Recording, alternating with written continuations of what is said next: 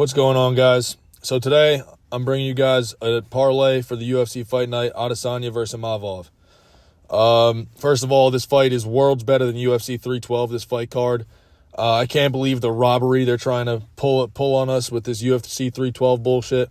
I hope you guys have a fucking stream link, a Russian stream link to watch this shit on, because if you don't even watch it, man. Just look up the YouTube highlights the next day or something like that, right? But anyway, moving on. I'm gonna give you guys the parlay just straight away.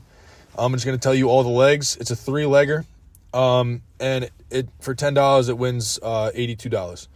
So I'm gonna give it to you, and then afterwards I'm gonna give the rationale, so that if you just want the parlay and you want to move on with your day, go right ahead. All right. So here's the parlay. Right, first leg: Michael Venom Page plus 154 versus Magomedov.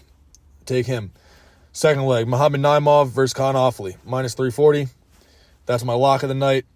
Terrence McKinney knockout plus 150. That's the risky leg, but hey, that's what gambling is, right? It's not called investing. Here we go. All right, here's the rationale, right? I mean, you know, I'm no fucking ESPN analyst, but I've been watching the sport a long time. Here we go. Michael Venom Page. He is going to beat Magomedov. Vegas got this shit wrong. I don't know why.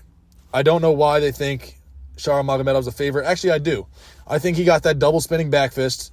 Really cool. I like Magomedov, bro. I'm not hating. I'm just saying he got that double spinning back fist, and all of a sudden people are talking about him like he's one of the best strikers in that division. Like, that's just not the case. MVP is a very, very good striker. He's a very good unorthodox striker. I'm not saying he's unbeatable on the feet, but I feel like he's only going to lose to like the best of the best on the feet, to be honest. That's just my opinion. You know, like, we saw the Ian Gary fight. He's a good striker, but we saw him become a wrestler against MVP. And I think Ian Gary's a good striker, but he became a wrestler against MVP. MVP, like, schooled Ian Gary on the feet, in my opinion. I've heard other people say otherwise, say it was closer than it looked, but I really think striking, when it's a one-on-one striking, it's just the eye test. I think MVP smoked Ian Gary. Yeah, Shara's good, man, but I don't think he wins this one. He has very little finishing potential, and that back fist just overhyped the fuck out of him, like, you know?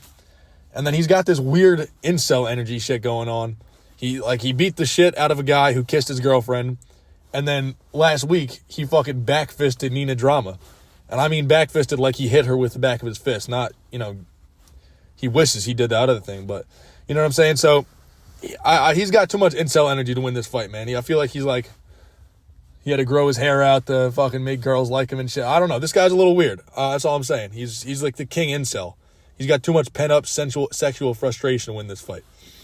No, but in all seriousness, I genuinely see MVP's style being a problem for Shara's orthodox striking. Yeah. Also, not for nothing, does anyone else think that, I mean, his one eye, it's got to come into play at some point. Like, you can't tell me that having one eye is not a big disadvantage. And if it's a disadvantage against anybody, it's going to be a disadvantage against MVP.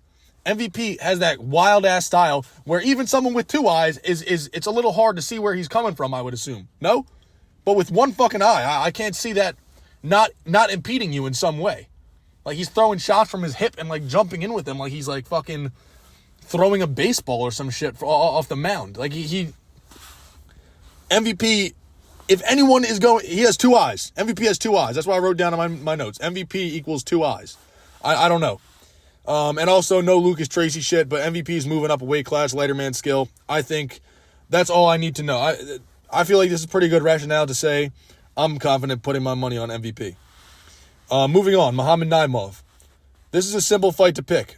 CANT AFFORT is coming off a KO loss, and the Dana White Contender Series are tough. I'm not sure which. I don't really watch that shit. I saw the knockout. CANT AFFORT got slept. He's not very good, I don't think. I think he's a grappler predominantly.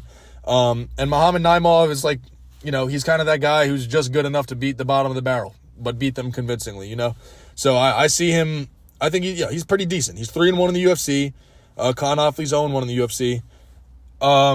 You know, you can't just, I have no reason to pick CANT AFFORT, and I have no reason to think that Muhammad Naimov is not a serious favorite. And Muhammad Naimov, he beat Jamie Mullarkey, guys. Like, let's be real here. He beat Jamie Mullarkey. No one does that to Jamie Mullarkey. Yeah, so I don't have anything really to say about Ofli. I don't really know too much about him, but I mean, maybe if you want to replace this parlay with more of a lock, maybe throw in Shamil Gaziev. But I'm not comfortable betting on a meme like that. Like, that's Shamil Gaziev. Don't. This isn't financial advice, man. Oh, and one more thing. CANT Offli's gym, I was looking it up on online. His gym is called Absolute MMA and Conditioning. If you're telling me that this guy CANT Offli is training at a cardio kickboxing place, he's cooked. I'm sorry, he's cooked. So yeah, that's about all I got to say for that one. And then moving on to Terrence McKinney. I'm betting him by knockout. And if you're not taking him by knockout, it's not worth betting on his money line because he's minus 500 or something like that. But dude, it's fucking scary to bet on this guy. Damar Hadzovic is pushing 40. Is 4-5 in the UFC, and he has basically no notable wins. And I'm still scared to fucking bet on this guy, to be honest. He hasn't fought since 2022, and he lost to Renato Moicano before Moicano had his Pokemon evolution. So, I really think this one's clear-cut. Terrence McKinney, he's 8 years younger. He's from Chirac, man. He's 5-4 in the UFC, and he has 2 really decent wins in Matt Frivola and Fares Ziam. He's just super scary to bet on, man. I think Terrence McKinney's like 15-7 or something. He's like one better win than Damir Hadzovic. But it's like all of his losses are fucking flatline KOs, it feels like. So, I don't know. I'm going to bet him by KO. It's a 3-leg parlay. I'm going to throw a little bit of risk in there. He's minus 500 on money line, so it's not worth taking that. And yeah, I think McKinney gets this one done in round 2 via KO. I mean, all in all, this is an interesting card to bet on. I spent a lot of time trying to research for this parlay, and I'm pretty fucking confident in it. Like I said, a $10 parlay wins you $82 and a few cents. Let's fucking go get money, boys.